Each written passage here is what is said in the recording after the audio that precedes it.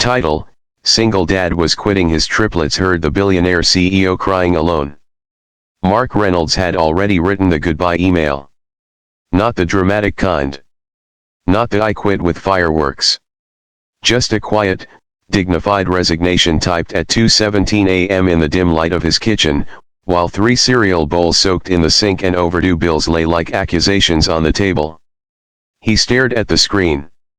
Effective immediately. After 12 years at Harlow Industries, he was done. Done juggling 2 jobs. Done pretending he could be in 2 places at once. Done apologizing to his daughters for missing school plays because the CEO needed the numbers by morning.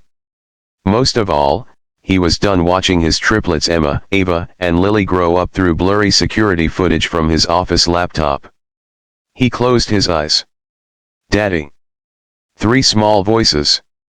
He turned to find them standing at the hallway's edge, identical in their mismatched pajamas, hair tangled from sleep, eyes far too perceptive for 8-year-olds. "Bad dream?" he asked gently. Emma shook her head. "We heard someone crying." Mark forced a tired smile. "It's late, sweetheart. Probably just the wind." But Ava pointed toward the tablet still glowing on the kitchen counter. "No. From your meeting." He followed her finger. He'd forgotten to close the virtual boardroom call. On the screen, the company's skyline office loomed in darkness except for one faintly lit corner office. And from the barely open microphone, a broken sound carried through the speaker. A man's sob. Mark froze. The name on the call window read, Daniel Harlow, CEO. Billionaire. Media darling. The face of corporate grit and global ambition. Crying. Alone. Lily tugged Mark's sleeve. "Why is the boss crying?" Mark didn't know. He had spent years believing Daniel Harlow was untouchable. A man who flew private jets, closed million-dollar deals before breakfast, and fired managers without blinking. Men like that didn't cry.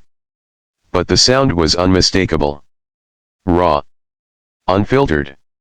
Without thinking, Emma padded over and pressed the unmute button.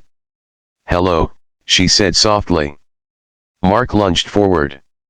"Emma." But it was too late. On the screen, Daniel Harlow's head jerked up. His usually sharp hair was disheveled. His tie hung loose. His eyes were red. "Who's there?"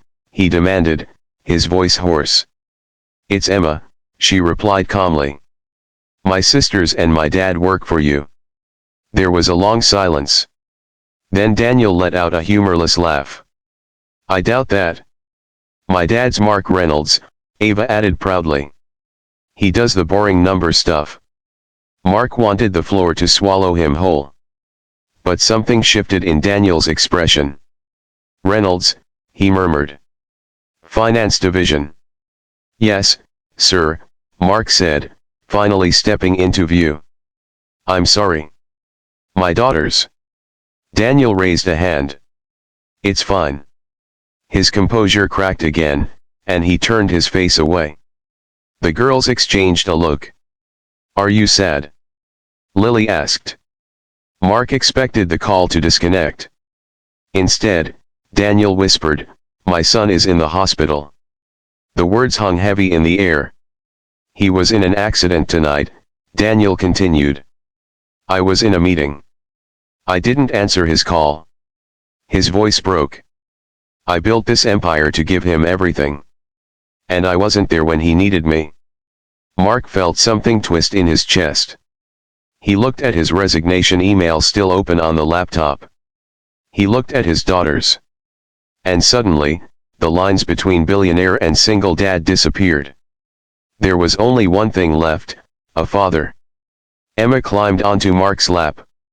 "My daddy misses stuff too sometimes," she said honestly. "But he always says sorry. And then he makes pancakes." Daniel blinked, caught off guard. "Pancakes?" he asked weakly. "With too much syrup," Ava said. "And he lets us burn the first one," Lily added, smiling. Mark swallowed the lump in his throat. "Sir," he said quietly, "money builds buildings. But time builds memories." Daniel closed his eyes. For a long moment, no one spoke. Then Emma did what only a child would dare. "Do you want us to pray for your son?" Mark's heart nearly stopped. He wasn't even sure what Daniel believed. But the billionaire CEO nodded. "Yes," he whispered. "Please." So 3 small girls, sitting in a modest kitchen in a rented townhouse, bowed their heads for a man whose net worth could buy the entire block. They prayed for a boy they'd never met. For healing. For forgiveness. For another chance. When they finished, Daniel was crying again, but this time, something softer glowed in his expression. "Thank you," he said. "You have no idea what that means." Mark hesitated, then spoke carefully. "Sir, I was about to resign tonight." Daniel's eyes snapped up. "Because I can't keep missing their lives," Mark continued. "I thought success meant surviving. But maybe it means showing up." Silence. Then Daniel surprised him. "Come to the hospital," he said. Mark blinked. "Sir, I've spent years surrounded by executives who fear me. Tonight I realized I don't have a single real friend." His voice steadied.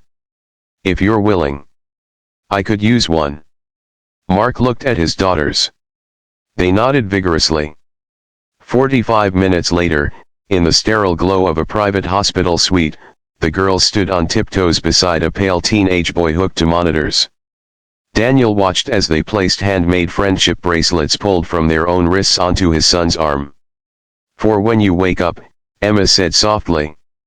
Mark stood beside Daniel. 2 fathers. No titles. No status. Just fear and hope. Hours passed. At 5:12 a.m., the boy's fingers twitched. Then his eyes fluttered open. "Dad," he croaked. Daniel collapsed into tears of relief, gripping his son's hand. "I'm here," he whispered. "I'm right here." And this time, he meant it. He never left the room. 3 months later, Mark sat in the same kitchen. But this time, there were no unpaid bills on the table. And no resignation email. Instead, there was a letter from Daniel Harlow himself. Not a promotion. Not a bonus. A partnership. Daniel had restructured the company, implementing family-first policies, flexible hours, and mandatory leadership time off. He'd even started a foundation funding hospital support programs for working parents. When reporters asked what sparked the change, he simply said, "3 little girls reminded me what wealth really means." Mark now worked fewer hours and more intentionally. Every Saturday was pancake morning. No exceptions. One evening, as the sun dipped behind the rooftops, Lily asked, "Daddy, did we save the company?" Mark smiled. "No, sweetheart," he said. "You saved a dad. And in doing so, they saved their own. Because sometimes the greatest act of kindness isn't a grand gesture. It's pressing unmute. It's listening. It's showing up." And in a world that measures success in billions, 3 small girls proved that compassion is the only currency that truly multiplies. And that's something no one should ever quit on.